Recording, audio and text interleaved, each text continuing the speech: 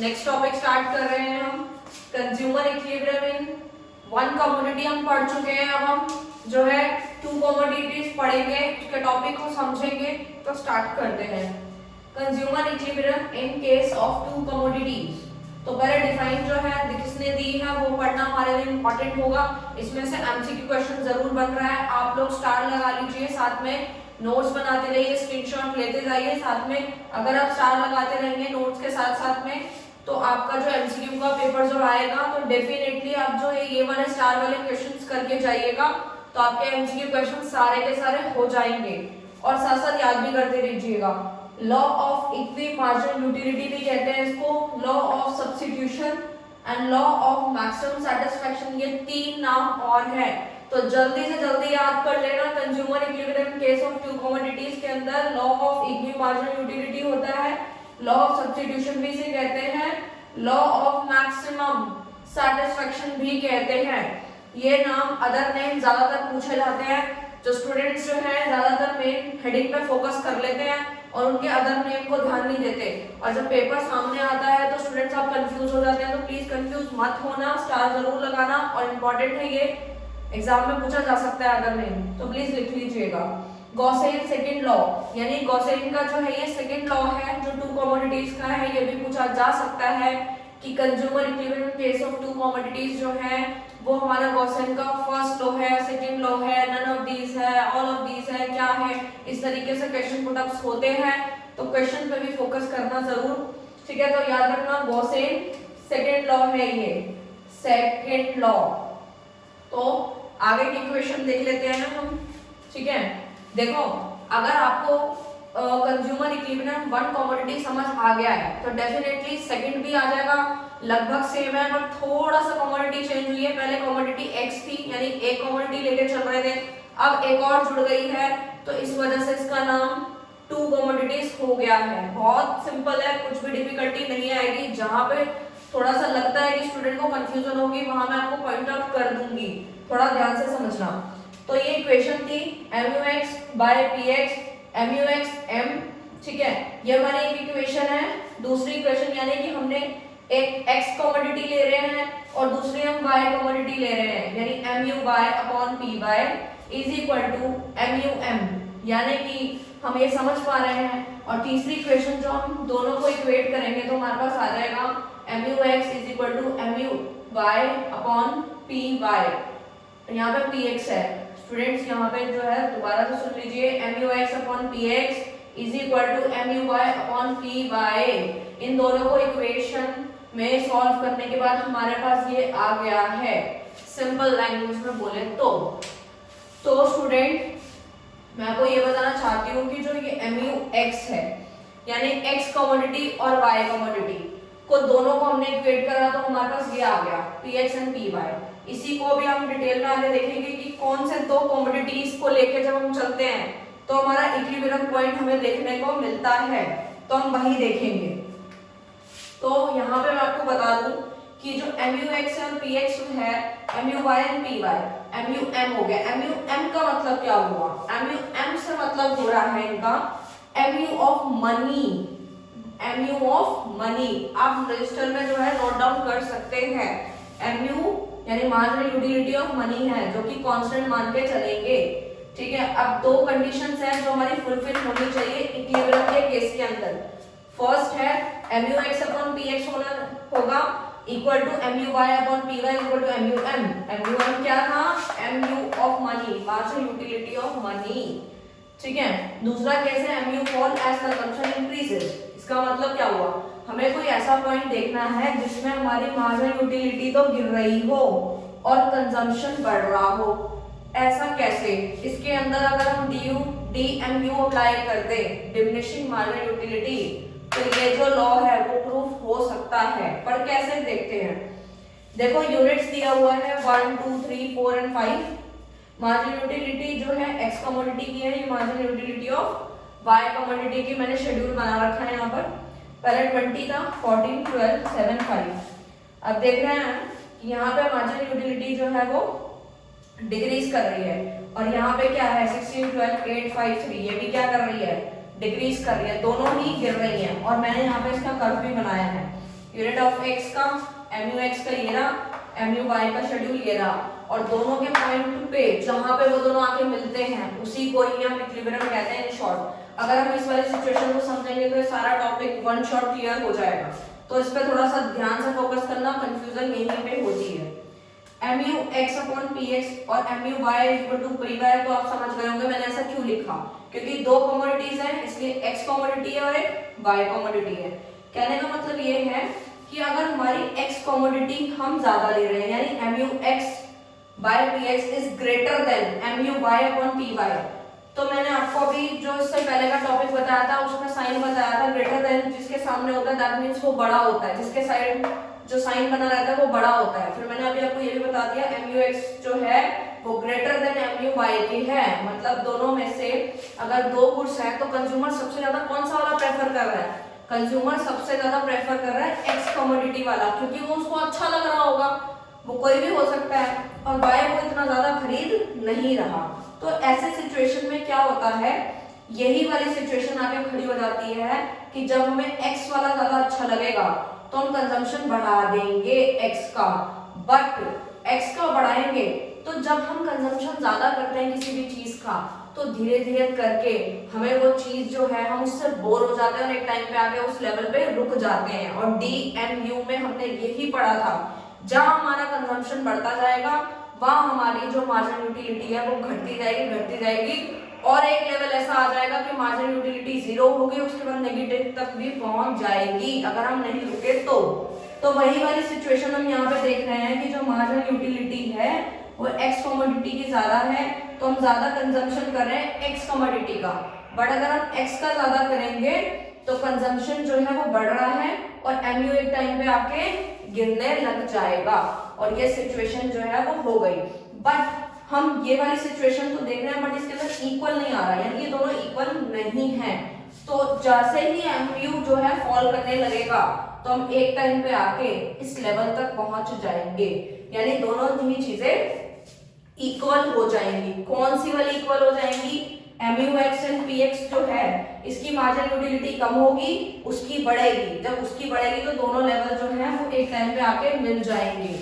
अब जो है दूसरा देखते हैं, MU X upon P X is equal to MU Y upon P Y.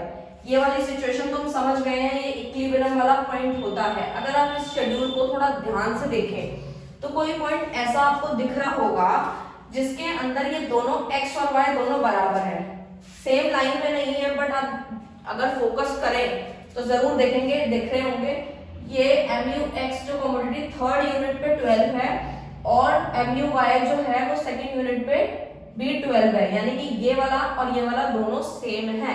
आप सोचेंगे कि यहाँ पे सेम है तो और भी कहीं सेम आपको दिख रहा होगा, लास्ट वाली यूनिट में अगर आप फोकस करें ये वाला एंड ये वाला दोनों ही देख रहे होंगे, बट इसमें से इक्विलिब्रियम कौन सा वाला है, तो दोनों में से इक्विलिब्रियम चेक करने के लिए हम यही देखेंगे। इसके बाद की इंफॉर्मेशन हमें कुछ भी गिवन नहीं है, बट इसके बाद की इंफॉर्मेशन हमें गिवन है और ये वाली जो इंफॉर्मेशन दी हमें इक्वल वाला हमने देख लिया। अब हमें ये भी चेक करना है कि जो एमयू है वो फॉल कर रहा होना चाहिए एज कंजम्पशन इंक्रीजेस, तो वो हम देख पा रहे हैं कि जो मार्जिनल यूटिलिटी है वो दोनों में ही क्या कर रही है, डिक्रीज कर रही है एंड कंजम्पशन जो है हमारा बढ़ रहा है, तो यानी कि हमारा जो इक्विलिब्रियम पॉइंट है वो हो जाएगा 12, तो तभी ये 12 पॉइंट पे इक्विलिब्रियम बना रहा है। थोड़ा सा टेढ़ा होगा स्टूडेंट, सॉरी फॉर दैट, और क्योंकि ये जो है मैं बोर्ड पे बना रही हूँ, आप लोग कॉपी में बनाएंगे तो डेफिनेटली वो सही बनेगा, थोड़ा यहाँ पे थोड़ा मैनेज कर लीजिए आप लोग। तो मैंने ये बता दिया इक्विलिब्रियम किस पॉइंट पे बना है और क्यों बना है। अब जो है मैंने आपको ये वाला क्लियर कर दिया है, अब ये लास्ट वाली सिचुएशन है जो समझ लेना, तो देख लेते हैं स्टूडेंट्स। MU(x) जो है एंड PX है इज जो यहाँ पे साइन दिया गया है MU(y) एंड PY, यानी कि MU(y) जो है वो ग्रेटर देन MU(x) के है अगर मैं कहूँ तो, और साइन जिसकी साइड होता है, अगर आपको ग्रेटर देन और लेस देन में कोई भी प्रॉब्लम होती है तो मैंने आपको शॉर्ट ट्रिक बताई थी अभी थोड़ी पीछे वाली वीडियो में कि x जिसके साइड पे ये सिंबल खुला रहेगा वो बड़ा होता है, इसको ग्रेटर देन भी कहा जाता है। अगर इस वाले पॉइंट को कहें तो इसमें ये ज्यादा है, यानी y कमोडिटी जो है उस पे हम जो कंज्यूमर है वो ज्यादा स्पेंड कर रहा है, यानी कि उस पर वो खर्चा कर रहा है, बट एक्स कमोडिटी उसको पसंद नहीं आ रही। अगर उसको एक्स पसंद नहीं आ रही, वाई ज्यादा पसंद आ रही है, तो एक टाइम में क्या होगा, जैसे जैसे वो वाई का कंजम्पशन बढ़ाता जाएगा तो मार्जिनल यूटिलिटी फिर से क्या करेगी, डिक्रीज होती जाएगी। लेकिन किसकी, एमयू वाई की गिरती जा रही है। क्यों? क्योंकि कंजम्पशन हमने बढ़ाया और दूसरे की कमोडिटी क्या करेगी, फॉल कर जाएगी। जैसे ही वो फॉल करेगी तो हम फिर से वही वाली सिचुएशन पे पहुंच जाएंगे जहां पे ये दोनों इक्वल हो जाएंगे।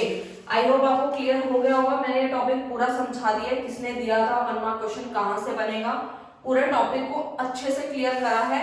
अब ये जो टॉपिक है आपका ऑर्डिनल वाला, वो पूरा क्लियर हो चुका है। आई होप आपको समझ आ गया होगा। Thank you so much.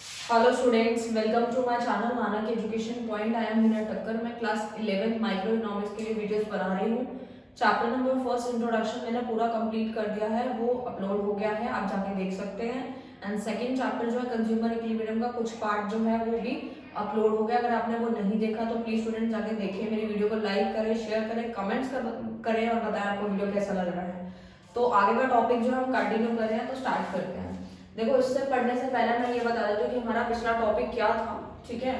तो देखो, कंज्यूमर इक्विलिब्रियम हमारे चैप्टर का नेम है। कंज्यूमर इक्विलिब्रियम के अंदर दो अप्रोच से हम यूटिलिटी को मेजर करने के लिए देखते हैं, और दोनों ही यूटिलिटी जो है वो दोनों ही अलग अलग इकोनॉमिक्स ने दी है। मतलब कार्डिनल यूटिलिटी अप्रोच था और एक ऑर्डिनल यूटिलिटी अप्रोच है। हम पिछले वीडियोस में कार्डिनल यूटिलिटी अप्रोच पढ़ चुके हैं पूरा डिटेल में। आज हम जो है ऑर्डिनल यूटिलिटी अप्रोच जो है देखेंगे, यानी कि ऑर्डिनल यूटिलिटी अप्रोच को कैसे मेजर किया जाता है, मतलब यूटिलिटी कैसे मेजर की जा सकती है, ठीक है। तो मैं वही बता रही हूँ। देखो, सबसे पहले तो 1 मार्क क्वेश्चन यही बनता है आपका, ऑर्डिनल यूटिलिटी का मतलब समझ लो। देखो, ऑर्डिनल में होता है कि आपको जो भी यूटिलिटी एक्सप्रेस करनी है वो रैंक्स में करनी है, क्योंकि कार्डिनल यूटिलिटी अप्रोच में हमने पढ़ा था, जो मार्शल ने जो हमें बताया था कि यूटिलिटी जो मेजर होती है वो नंबर्स में होती है, यानी कि 1 यूटिल्स 2 यूटिल्स ऐसे करके जो है, हम अगर एक यूटिल को इक्वल टू 1 रुपी रखें तो ऐसे करके यूटिल्स, मतलब वो तो हम चेंज कर रहे थे, बट डेफिनेटली हम किस में कर रहे थे, नंबर्स में कर रहे थे, क्योंकि वो क्या था, कार्डिनल यूटिलिटी अप्रोच था। और जो हम अभी पढ़ रहे हैं वो ऑर्डिनल यूटिलिटी अप्रोच है। और ऑर्डिनल यूटिलिटी अप्रोच में कैसे क्या है वो देख रहे हैं हम। इंडिफरेंस कर्व एनालिसिस भी इसको कहते हैं, क्योंकि इसके टॉपिक के अंदर जो भी हम सीखेंगे वो इंडिफरेंस कर्व बनाया जाएगा, तभी इसका नाम इंडिफरेंस कर्व एनालिसिस। अभी सिर्फ आप इतना समझ लो, क्योंकि अभी मैं जब आपको शेड्यूल और ग्राफ समझाऊंगी तो आपको ये चीज क्लियर हो जाएगी कि इसका नाम इंडिफरेंस कर्व क्यों रखा हुआ है, ठीक है। And third one is Hickson analysis. Hickson analysis भी इसका नेम इसलिए है क्योंकि इसकी थ्योरी जो है वो हिक्सन ने दी है, ठीक है। और मैंने यहाँ ब्रैकेट में लिखा है, ये वेरी वेरी इंपॉर्टेंट है आपके एग्जाम पॉइंट ऑफ व्यू वजह से, कि जे.आर. हिक्स और एन.एम. ने इसकी थ्योरी दी है, किसकी, ऑर्डिनल यूटिलिटी अप्रोच की। अब हम देखते हैं कि ऑर्डिनल यूटिलिटी जो है वो किस में एक्सप्रेस करी जाती है, रैंक्स में करी जाती है, ठीक है। तो याद रहेगा, वेरी वेरी इंपॉर्टेंट, लिख लीजिए, वेरी वेरी इंपॉर्टेंट। 1 मार्क का क्वेश्चन कई बार जो है इसमें मैंने देखा है क्वेश्चन पेपर में, तो आता है ये। ऑर्डिनल यूटिलिटी हमने समझ लिया कि वो रैंक में एक्सप्रेस होगी। रैंक में क्यों होगी, इसलिए हमने कार्डिनल यूटिलिटी अप्रोच को पढ़ा कि जब वो नंबर्स में होती है। देखो, हर किसी की जो एक्सपेरिमेंटेशन होता है वो थोड़ा डिफर होता है, ठीक है। ऐसे ही टेस्ट एंड प्रेफरेंसेस हर चीज डिफर होती है।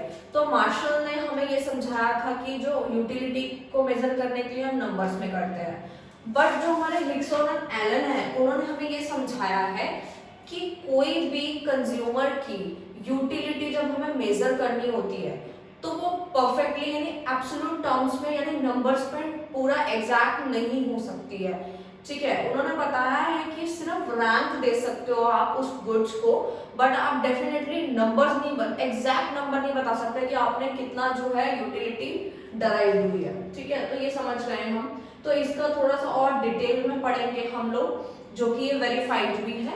एंड ऑर्डिनल यूटिलिटी जो मैंने आपको बताया कि अभी रैंक में एक्सप्रेस होता है। And third one is IC की बुकिश जो डेफिनेशन थी मैंने वो भी लिखी है, ये पहले हम पढ़ेंगे, इसको समझेंगे, फिर इन शॉर्ट मैं आपको बताऊंगी कि कैसे आपको याद करना है। जिनको बुकिश टाइप याद नहीं होती स्टूडेंट, फिर से कह रही हूँ टेंशन मत लेना, शॉर्ट से शॉर्ट मेथड ही बताने की कोशिश करती हूँ, ताकि आपको बुकिश लाइन अगर याद नहीं होती है तो आप जो है थोड़ा सा भी मेन पॉइंट भी याद करके अगर आप खुद का भी बना के लिखेंगे तो डेफिनेटली आप अच्छे मार्क्स स्कोर कर ही जाएंगे। तो IC curve refers to the graphical representation of various alternative combination of bundles of two goods among which the consumer is indifferent। इसका मतलब क्या हुआ? इसका मतलब हुआ जो हमारा IC कर्व होता है यानी इंडिफरेंस कर्व। इंडिफरेंस कर्व को मैंने IC लिखा है तो आप कंफ्यूज मत होना स्टूडेंट्स। IC कर्व जो है वो रेफर करता है, ठीक है, IC curve refers to the graphical representation होती है various alternative combination bundle of two goods, यानी दो गुड्स के बंडल्स का, यानी दो बंडल्स जो हैं बंडल ऑफ टू गुड्स है ये, जिसका जो हमें रिप्रेजेंटेशन करना होता है ग्राफिकली। और consumer is indifferent. Consumer is indifferent से मतलब होता है इन लोगों का कि कैसे जो है आपको दो गुड्स में जब आप कंजम्पशन करने लगोगे तो आपको सेम लेवल ऑफ सेटिस्फैक्शन मिलेगा। आपको अगर समझ नहीं आया तो टेंशन मत लेना, क्योंकि ये जो डिफाइन है वो शेड्यूल और जब आप कर्व समझेंगे तो आपको 100% तब क्लियर होगा। हमें अभी सिर्फ ये समझना है कि IC कर्व एक ऐसा कर्व होता है जिसके अंदर ग्राफिकली रिप्रेजेंटेशन हमें देखने को मिलती है और जिसके अंदर हमें कंज्यूमर को सेम लेवल ऑफ सेटिस्फैक्शन देखने को मिलता है जब वो टू गुड्स की बात करता है। तो इक्वल सेटिस्फैक्शन कर्व भी हम इसको कहते हैं और इसको एक और नाम से भी हम जानते हैं, मार्क कर लीजिए, आइसो यूटिलिटी कर्व भी कहते हैं, ठीक है। तो आप ये प्लीज मार्क कर लीजिए, लिख लीजिए कि हम इसको इक्वल सेटिस्फैक्शन कर्व भी कहते हैं, आइसो यूटिलिटी कर्व भी कहते हैं।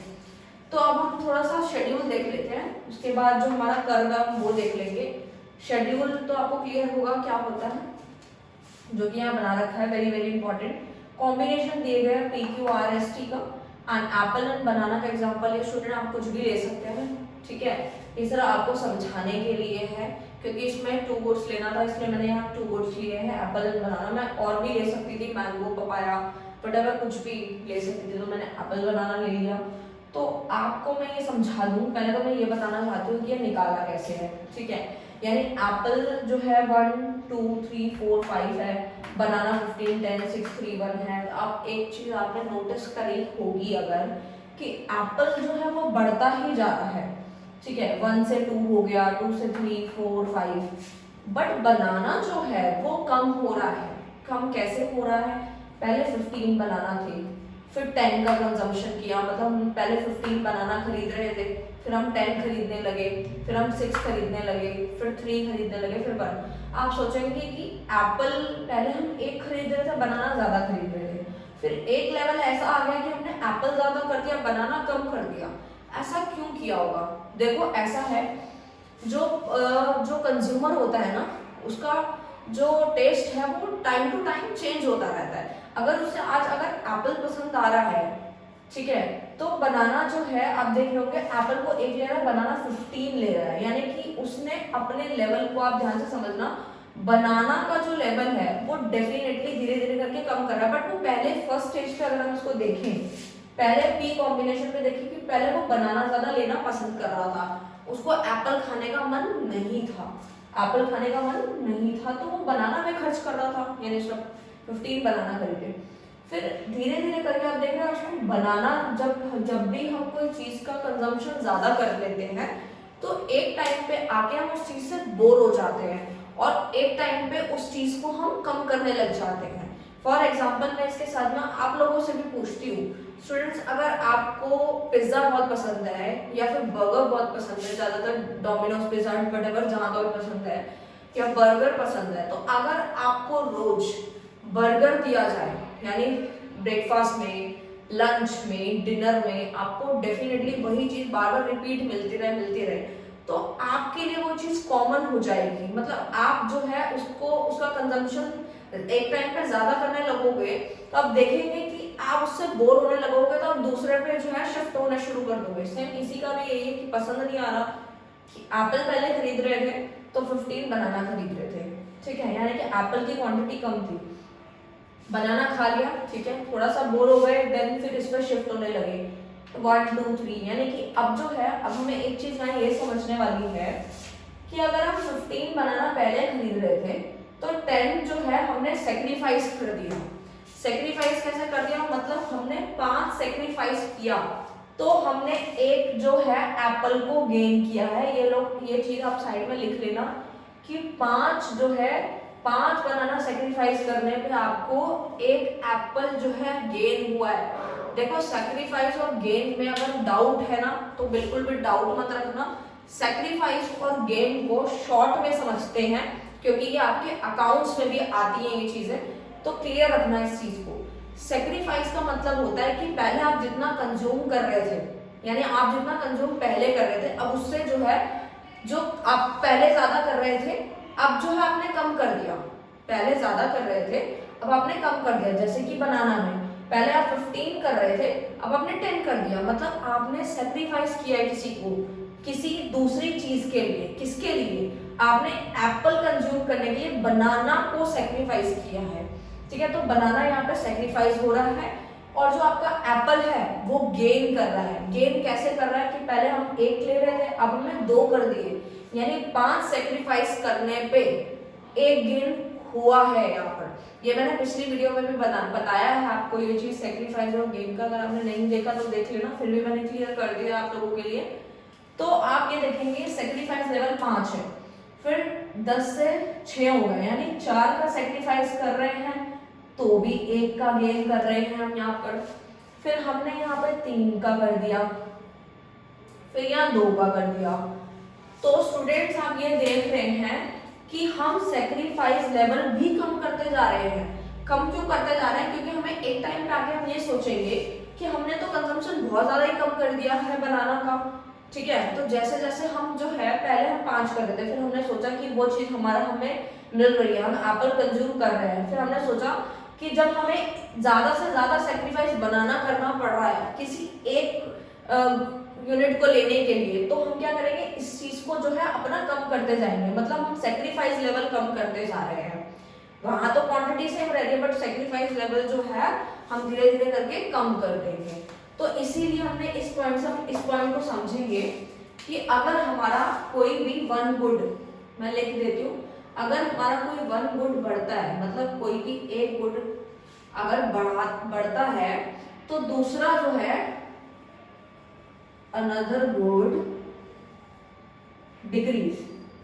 ये साइन जो है मैं शॉर्ट में बनाती हूँ, माइक्रो में नोट्स में भी मैंने बनाए हैं ताकि आप लोग इजीली समझ सकें कि 1 गुड जो है वो इंक्रीज कर रहा है, दूसरा कम हो जा रहा है। ऐसा इसीलिए होता है क्योंकि हमारे रिसोर्सेस लिमिटेड है, हमारे पास पैसा खर्च करने को लिमिटेड ही है, कोई फालतू पैसा नहीं है किसी के पास भी कि हर चीज पे, मतलब बनाना में भी जितना खर्च करा उतना एप्पल में भी करेगा, ऐसा तो फिर हो गया काम, ऐसा नहीं चलेगा। ठीक है, तो 1 गुड जो है अगर 1 गुड का बढ़ रहा है, मतलब एप्पल से बनाना, जो एप्पल का 1 यूनिट से 2 आए हैं तो यहाँ से कम करना पड़ा, मतलब बनाना कम करके एप्पल बढ़ा दिया। इसका उल्टा भी हो सकता है, एंड मैंने यहाँ लिखा भी है, increase of 1 good decrease in another good, vice versa, मतलब इसका रिवर्स भी हो सकता है कि अगर हमने दूसरे को बढ़ाना है तो पहले को फिर से क्या करना पड़ेगा, कम करना पड़ेगा। तो अब हम समझ गए। अब इसको ग्राफ में फटाफट से देख लेते हैं। शेड्यूल में थोड़ा सा टाइम ज़्यादा लगा स्टूडेंट, बट कोई नहीं, आप लोगों को समझाना था मुझे, तो देख लेते हैं। एप्पल मैंने नीचे लिया है, 1 to 5 के नंबर्स मैंने प्लॉट कर दिया, हम देखें 1 to 5 तक मैंने ले लिया। एंड बनाना का जो था वो जो डिफरेंस जो था मैंने 3 के अकॉर्डिंग ले लिया कि मुझे ज़्यादातर जो नंबर्स थे वो 3 से डिविजिबल दिख रहे थे, तो मैंने 3 का टेबल लिया, 3, 6, 9, 12 एंड 15, और इधर बनाना लिख के और इधर एप्पल लिख दिया है, तो इसको प्लॉट कर दिया है। तो स्टूडेंट्स आप यहाँ देखेंगे कि मैंने ये जो बनाया है, मतलब इस शेड्यूल को देख के ही ग्राफ बनाया है मैंने, और यहाँ पे प्लॉट किया है। यानी कि ये भी मैं वैसे तो मैंने आपको बताया था कि शेड्यूल से ग्राफ कैसे, मतलब शेड्यूल से अगर कर्व बनाना तो कैसे बनाएंगे, फिर भी एक बार जो है आपको बता देती हूँ मैं, जिन स्टूडेंट्स को नहीं थोड़ा पता, कि 15 जो है 1 एप्पल से 15 तक जाके इधर ऐसे का बन जाएगा। एंड सेकंड से हमें 10 जाना है, तो यहाँ बना दिया 9 एंड 12 के बीच में आ रहा है। 3 एंड 6 है, 3 से 6 पे गए बना दिया, 4 एंड 3 पे बना दिया, एंड देन 5 से 1 पे चले गए, और फिर इसको पॉइंट जो है कौन कौन से पॉइंट्स थे उस पर डॉट डालकर उसको ज्वाइन कर दिया है मैंने, और कुछ नाम दे दिए हैं, PQRST के नाम मैंने दे दिए हैं। और ये मेरा IC कर्व है, याद रखना। हमें इकोनॉमिक्स की टर्म में जो भी हम ग्राफ बनाते हैं उसे हम क्या कहते हैं, कर्व कहते हैं। याद रखना स्टूडेंट्स, याद रखना। एंड आईसी शेड्यूल किसको कहते हैं, जो बॉक्स बनाते हैं, जिसे हिंदी में डब्बा भी कहते हैं, तो आप डब्बे से भी इसको याद रख सकते हैं। इसे हम शेड्यूल कहते हैं, जो माइक्रो के लिए बहुत ही इंपॉर्टेंट होता है। ठीक है, तो अब हम ये समझेंगे स्टूडेंट्स कि आईसी कर्व के अंदर मैंने यहाँ पे कुछ ब्रैकेट्स में लिखा है, ये समझना तो वेरी वेरी इंपॉर्टेंट, कि मैंने यहाँ पे लिखा है ब्रैकेट में 1a + 15b। मैंने ऐसा क्यों लिखा, मैंने इसलिए लिखा क्योंकि आईसी कर्व के अंदर दो goods, bundle of two goods, याद रखना, बंडल्स ऑफ टू गुड्स, यानी कि एप्पल और बनाना से भी याद रख सकते हो आप कि आपको जो कर्व बनाना है वो दो बंडल्स का है। और मैंने इसी को देखते मैथ, पहले मैंने लिखा है 1a, मतलब 1 एप्पल प्लस, यानी बंडल था तो ऐड करना था, तो 15b, 15 बनाना। फिर दूसरे वाले को देखेंगे तो 2 एप्पल प्लस 10 बनाना। ठीक है, ऐसे ही इसको जो है 3 एप्पल प्लस 6 बनाना, वही चीज प्लॉट करी है मैंने। ठीक है, और लिख दिया है। तो आई होप स्टूडेंट्स आपको समझ आ गया होगा, ये हमारा आईसी था और मैंने अच्छे से बता दिया, कर्व भी बता दिया। ठीक है, अब जो है हम दो टॉपिक और हैं जो हम समझेंगे, ये तो आपको समझ आ गया है, नोट्स बनाते रहिए। मोनोटोनिक प्रेफरेंसेस क्या होता है, पहले हम डिफाइन पढ़ेंगे, फिर हम शॉर्ट तरीका पढ़ेंगे। मोनोटोनिक प्रेफरेंसेस क्या होता है? Monotonic preferences, preference that a rational number always prefer more of the commodity as it offer him a higher level of satisfaction। इसका मतलब क्या हुआ स्टूडेंट्स? इसका सिंपल सा मतलब हुआ कि मोनोटोनिक प्रेफरेंसेस में होता है कि जो भी रैशनल जो कंज्यूमर होता है वो हमेशा वही गुड्स को प्रेफर करता है, वही गुड्स प्रेफर करना चाहेगा जिसमें उसको ज्यादा से ज्यादा सेटिस्फैक्शन मिले। अगर हमसे भी कोई पूछेगा कि हम कौन सा गुड्स परचेज करना चाहेंगे, कौन सा कंजम्पशन करना चाहेंगे, तो हम भी वही करना चाहेंगे जो हमें ज्यादा से ज्यादा सेटिस्फैक्शन देगा। ठीक है, अगर मैं इसका एक एग्जांपल ले लेती हूँ, जैसे कि अगर आपके सामने बर्गर रखा है और एक रखा है पिज्जा, ठीक है, आपको दोनों में से जो पसंद है ज्यादा और जो आपकी वांट के हिसाब से आपको ज्यादा सेटिस्फैक्शन देगा, आप उसी का कंजम्पशन करना ज्यादा चाहोगे। ठीक है, तो सेम मोनोटोनिक प्रेफरेंसेस में भी यही होता है। तो स्टूडेंट्स हम समझ गए हैं, और उसके बाद जो है यहाँ पर हम देख लेते हैं, मैंने यहाँ लिखा भी है, सी का एरो ऊपर दिया है, टीयू का भी ऊपर दिया है, यानी कंजम्पशन जैसे जैसे स्टूडेंट्स बढ़ता है तो हमारी टोटल यूटिलिटी भी क्या होती है, इंक्रीज करने लगती है। इंक्रीज ऐसे करने लगती है कि जब हम किसी चीज का कंजम्पशन ज्यादा करेंगे तो टोटल यूटिलिटी तो ऑब्वियसली बढ़नी ही है।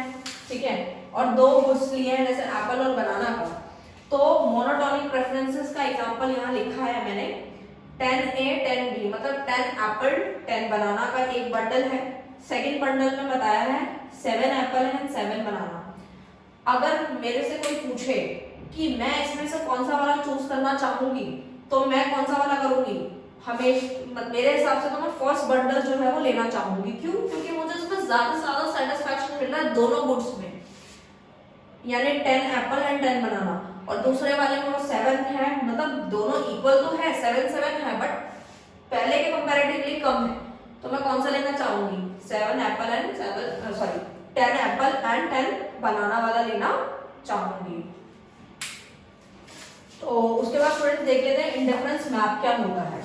Indifference map refers to the family of IC, यानी indifference curve that represent consumer preference over all the bundle of two goods. इसका मतलब क्या हुआ स्टूडेंट्स? इसका मतलब हुआ कि इंडिफरेंस मैप जो होता है वो फैमिली होती है इंडिफरेंस कर्व की, यानी कि ये रहा इंडिफरेंस कर्व। मैं आपको बता देती हूँ कि कैसे बनेगा, अभी हम इसको और डिटेल में पढ़ेंगे इंडिफरेंस मैप को, बट इन शॉर्ट बताना चाहती हूँ। सपोज ये है, ये हमारा IC1 है, एंड ये दूसरा बनाया मैंने IC2 और तीसरा बनाया IC3, यानी कि ये मेरे जो क्या है, मेरे IC कर्व है, यानी कि इंडिफरेंस कर्व। जब इंडिफरेंस कर्व बहुत सारे बना दें तो उसको हम बोलते हैं इंडिफरेंस मैप। मैप हम देख रहे हैं कि इंडिफरेंस मैप क्या है। तो इंडिफरेंस मैप जो है refers to the family of IC that represent consumer preference over all the bundle of two goods। इसका मतलब क्या हुआ? पहले तो हमने पढ़ा था इंडिफरेंस कर्व, यानी ठीक है इंडिफरेंस कर्व पढ़ लिया है। अब ये इंडिफरेंस मैप क्या है स्टूडेंट्स? तो इंडिफरेंस जो मैप है वो हम ये समझ रहे हैं, इसमें लिखा है कि फैमिली, आप मेन लाइन लिख दीजिए फैमिली ऑफ आईसी। ये बुकिश लाइन है बट इसमें से जो मेन था वो मैंने मार्क कर दिया आप लोगों के लिए कि फैमिली ऑफ आईसी, किसकी फैमिली? इंडिफरेंस कर्व की, ठीक है, जिसमें सब कुछ आ जाता है, ठीक है। फैमिली में तो आपको पता ही है कौन कौन आता है, मदर, फादर, ब्रदर, सिस्टर, ठीक है, सब लोग आते हैं। तो इससे आप याद रख सकते हैं, फैमिली को अपने से भी रिलेट कर सकते हैं, ठीक है। जैसे कि राम हो गया, उसकी मदर भी हैं, फादर भी हैं, ब्रदर भी है, उसका सिस्टर भी हैं। तो इससे जो है आप याद रख सकते हैं कि ये इंडिफरेंस मैप जो है वो पूरी फैमिली है। और आपको जब राम याद आएगा तो डेफिनेटली उसकी फैमिली याद आएगी, तो आपको इंडिफरेंस मैप याद आने लगेगा, ठीक है। तो इंडिफरेंस मैप को हम समझ गए, फैमिली ऑफ आईसी है that represent consumer preference all over the bundle of two goods के बारे में बता रहा है कि जो कंज्यूमर की जो प्रेफरेंस है वो two goods, bundle of two goods है जिसके अंदर वो पूरी फैमिली आ जाती है। मैंने शॉर्ट आप लोगों के लिए यहाँ नीचे भी लिखा है, IC1, IC2, IC3 is equal to indifference map, यानी सबको ऐड कर दूं, सबको मिला दूं तो वो फैमिली बनती है। अगर मैं बोलूं कि राम है, राम एक पर्सन है, राम की मदर भी है, राम के फादर भी हैं, उनका ब्रदर, उनका सिस्टर, सबको मिलाएंगे तो क्या बनेगा? फैमिली। सेम ऐसे ही यहाँ पे मैंने बना दिया है, जैसे कि इन शॉर्ट, वैसे तो मैं अभी और डिटेल में बताऊंगी, आप लोगों को प्रॉपर बनाऊंगी, इसका शेड्यूल को देखते हुए जो मैप बनाऊंगी प्रॉपर। अभी इन शॉर्ट समझ लीजिए आप कि कैसे होता है। जैसे ये एक यहाँ पे बना हुआ है इंडिफरेंस कर्व, तो ये इंडिफरेंस IC1 का नाम दिया, दूसरा बताएंगे तो IC2 का नाम दिया एंड IC3। आप सबको ऐड करते जाइए, जितने मर्जी बनाते जाइए, सारा क्या है ये? Family of indifference curve. तो याद आई होप आपको रहेगा, मैंने पूरा